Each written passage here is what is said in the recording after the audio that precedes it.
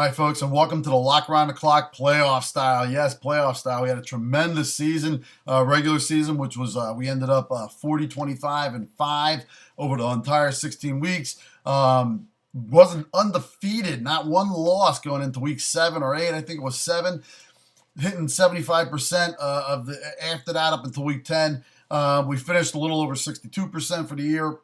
And some of those picks, though, there was 3 picks there where we went 3-0 in the NBA, included those in there as well.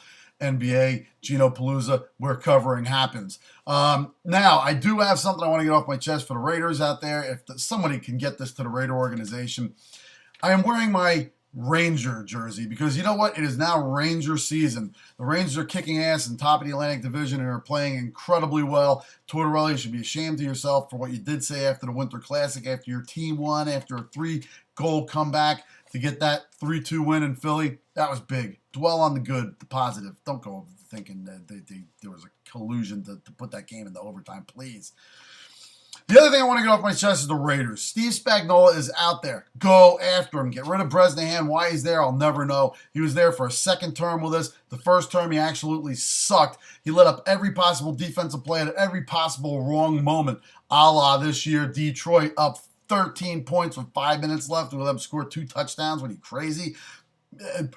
This week, past weekend against San Diego, we had them at the 99 yards they drove on us in 4 plays. I mean, come on, with a touchdown. We had that game where we could have just taken over at that point. We had some momentum. Bresnahan, you're the pin that deflates the balloon. You're horrible. Get out of there. Trust me, Spagnuolo's not going to be around that long. Jump on him, Raiders organization. Mark Davis, please make a move, do something, and please throw some water on our coach.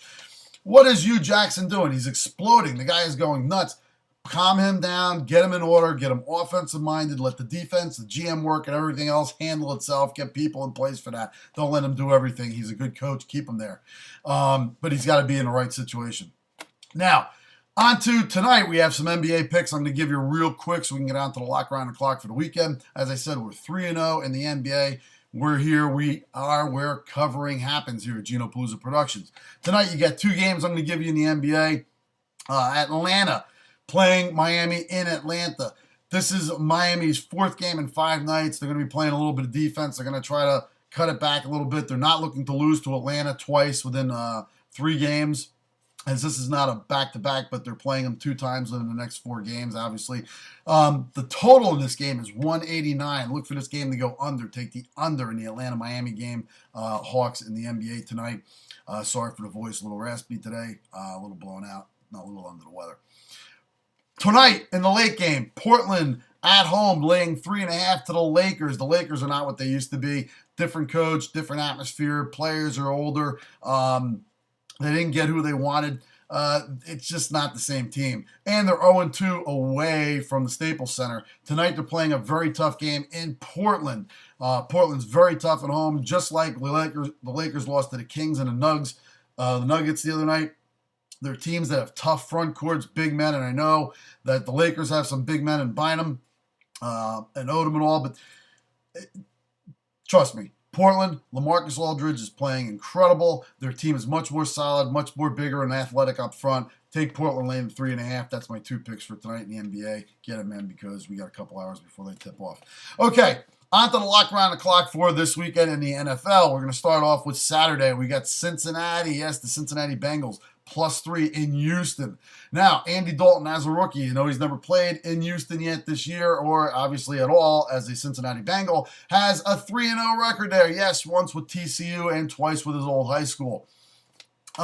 Look for Cincinnati +3. They are an athletic team. They're a very good team. TJ Yates, I know he got the win against, Cincinnati on the road in Cincinnati. That was a game where they didn't expect, they didn't have a real game plan and film on them. Cincinnati's a much better team than Houston at this point. Houston's kind of beat up. They dropped 3 of their last games. They've lost to some pretty horrible teams, and the teams that not some horrible teams. They lost to some really good teams, but that's the problem. The games that they won were all against really horrible teams, like Jacksonville, Tennessee, who they actually split with, Cleveland. I mean, they're not the team to take.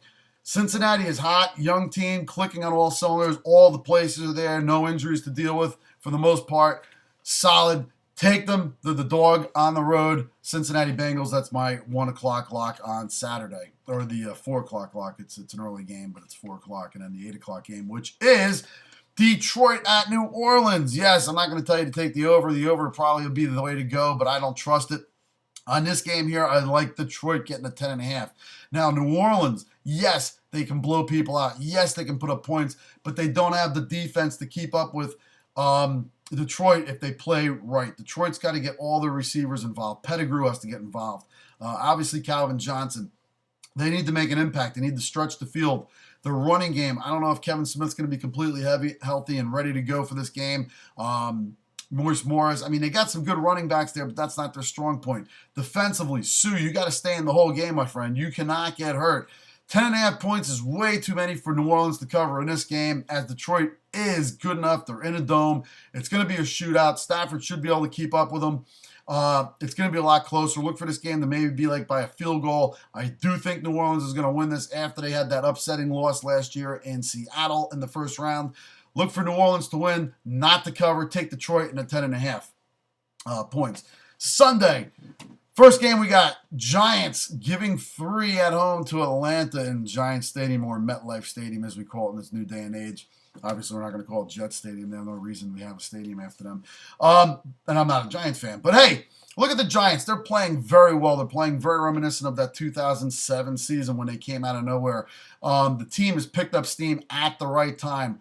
Yes, Atlanta was up 42-0 last week at the half, but against who? Tampa Bay. Giants mauled the Cowboys last week at home, like I predicted in my video. Follow it back. One more video behind this one. You could see where I predicted that. The Giants came out and just kicked the crap out of the Cowboys. Look for the Giants to come out in this game here and defend very well against Michael Turner, who does not play well in the playoffs for some reason, as he's been held under 100 points their last couple playoff games. Atlanta usually slides at this point when they get into the playoffs. And yes, Matty Ice is good. And yes, the Giants have problems sometimes covering against good receivers like Atlanta does have. But look for the defense of the Giants to come through here. Look for the fourth quarter, most especially the fourth quarter, the laying 3. Eli Manning is going to have that team at the end winning by at least 7 to 10 points or more. Look for them to be all over the Falcons by the fourth quarter. Take the Giants, lay the 3. Now, Pittsburgh at Denver. Are you kidding me? Denver shouldn't even be in the playoffs. You know why the Denver's in the playoffs? Because the Raiders lost. And why did the Denver Broncos make it at 8-8? They had such a crappy team. A lot of the game depended on their defense. Tebow's not the answer there. We all saw that in the last couple games. He fell apart. Teams have figured him out. I said it a couple weeks back. It's like the Wildcat was for Miami a couple years ago. After a couple games, it surprised people, and after that, it was just a little pussy in a cage. Nothing else, nothing better than that. It was a Wildcat destruction. After that, you saw teams starting to not use it so much.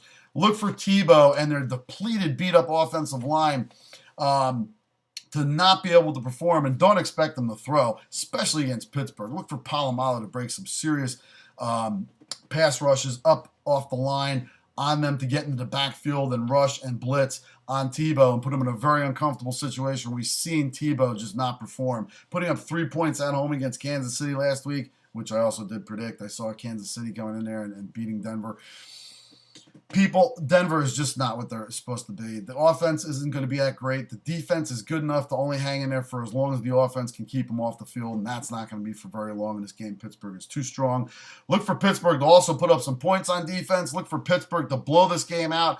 Give the 8.5 with Pittsburgh. That's my lock around the clock for this week. Look for us to go, yes, with the Laker game, the Atlanta game, the under.